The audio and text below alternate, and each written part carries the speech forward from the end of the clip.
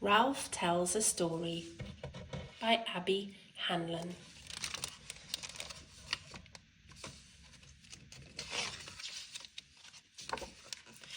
My teacher always said stories are everywhere. And the kids in my class are always finding them. Then my mum ran so fast that she caught up with the ice cream truck. I ran down the hallway with underwear on my head. After that, I decided to hide my Halloween candy in my bed. The dentist forgot to give me a toothbrush. Yeah, stories are everywhere.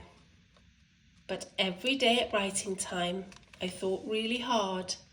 I stared at my paper. I stared at the ceiling. I could not write a story.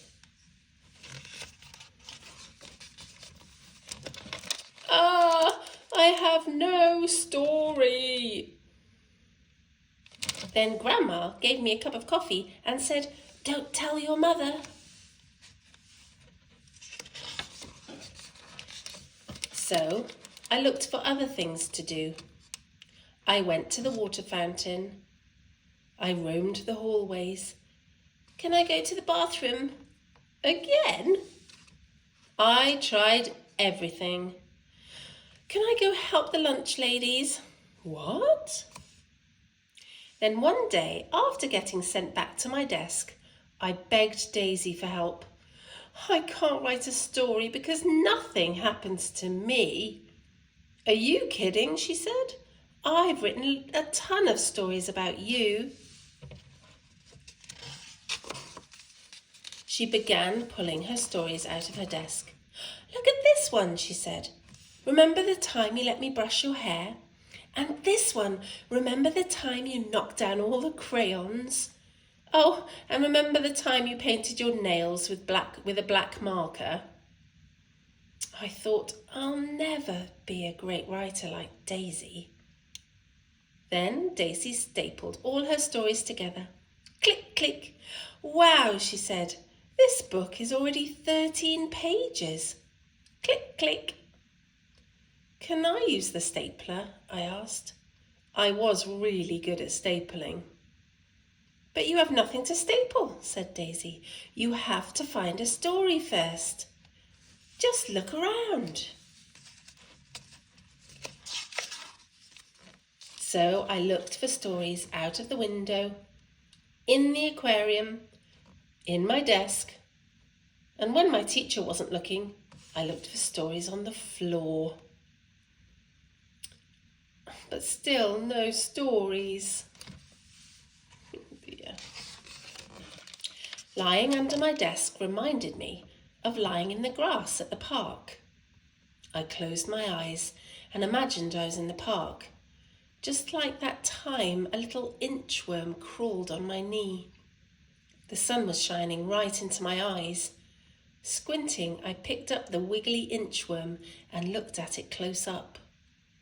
And that's when my teacher found me. What's your story about? She asked. I opened my eyes. I saw an inchworm. Wonderful, she said.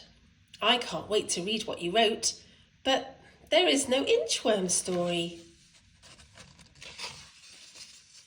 I sat down and tried to write about the inchworm, but right away I got stuck. Do you know any inchworm stories? I asked Daisy. She just rolled her eyes and kept on writing. And then my teacher said, "Writers, come to the rug. Time to share."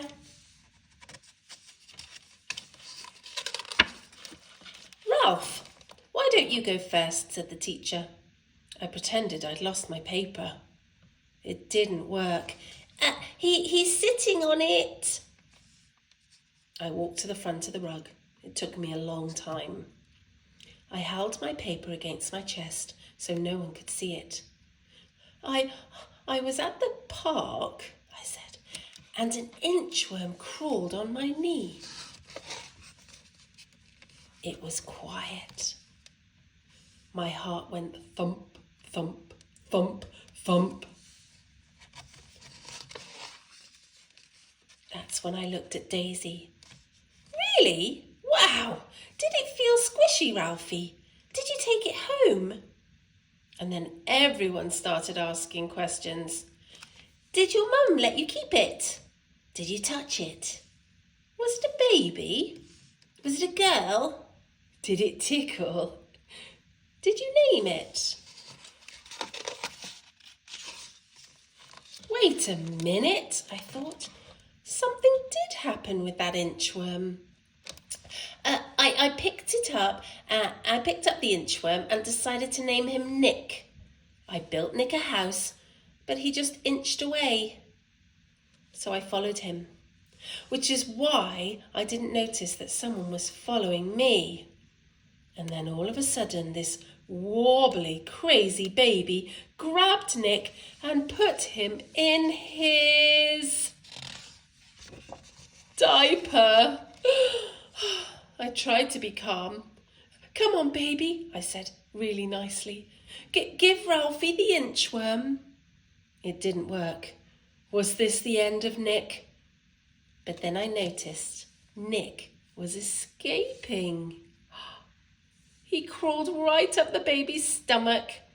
Quickly, I rescued Nick and ran. And we spent the rest of the afternoon doing nothing together. The end. Everybody clapped and cheered. Show the picture, Ralph, someone said. I wasn't embarrassed anymore, so I did. Name Ralph. I was at the park. Me, Worm. That was last year. This year, I write stories all the time. I keep finding stories everywhere. This book might be too thick to staple. 100 Funny Stories by Ralph. Writing tips from Ralph. Number 1, get comfortable. Number 2, it's okay to ask for help. Number 3, you can always write about what you had for breakfast. And number 4, eat lots of chocolate. The end.